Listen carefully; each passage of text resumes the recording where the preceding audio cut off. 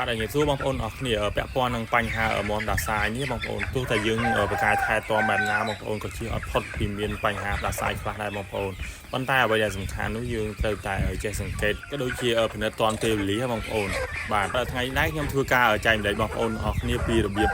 ប្រើប្រាស់ថ្នាំការពារក៏ដូចជាព្យាបាលឲ្យមានប្រសិទ្ធភាពបងប្អូនបាទ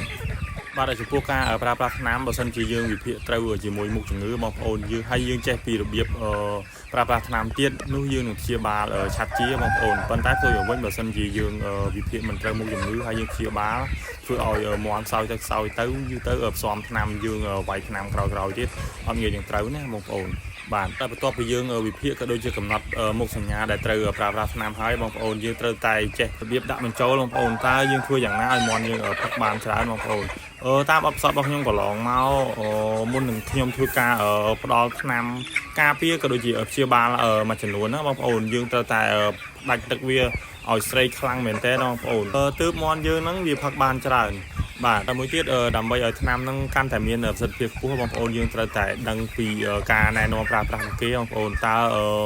ក្នុងសបកថ្នាំហ្នឹងគេណែនាំឲ្យយើងប្រើប្រាស់រយៈពេលប្រហែលថ្ងៃបងប្អូនទើបយើងធ្វើការប្រើប្រាស់ទៅមានប្រសិទ្ធភាពចំគោលដៅមន់យើងបានឆាប់បានធូរស្បើយមកវិញចឹងណាបងប្អូនបាទចំពោះបទពិសោធន៍ព្យាបាលរបស់ខ្ញុំកន្លងមកបងប្អូនទោះតែខ្ញុំវាយថ្នាំនៅ2ថ្ងៃដំបូងហ្នឹងជាសះស្បើយក៏ដោយបងប្អូនក៏ខ្ញុំនៅតែបន្តប្រើបានគ្រប់រយៈពេល5ថ្ងៃដែរបងប្អូនទើបខ្ញុំបញ្ឈប់ការព្យាបាលបងប្អូនព្រោះថាមន់យើងព្យាបាលមួយថ្ងៃ2ថ្ងៃដំបូងវាធូរស្បើយពិតមែនបងប្អូនតែវាមិនបានសម្រាប់មេរោគដែលនៅក្នុងខ្លួនវាអស់ហើយណាបងប្អូនបាទតាមបទពិសោធន៍របស់ខ្ញុំកន្លងមកយ៉ាងហោចក៏ខ្ញុំប្រើរយៈពេល5ថ្ងៃដែរបងប្អូនចំពោះថ្នាំមានថ្នាំខ្លះគេណែនាំយើងប្រើរយៈពេល5ថ្ងៃ5ថ្ងៃថ្នាំខ្លះគេណែនាំយើងប្រើរយៈពេល1សប្តាហ៍មួយអាទិត្យហ្នឹងបងប្អូនបាទ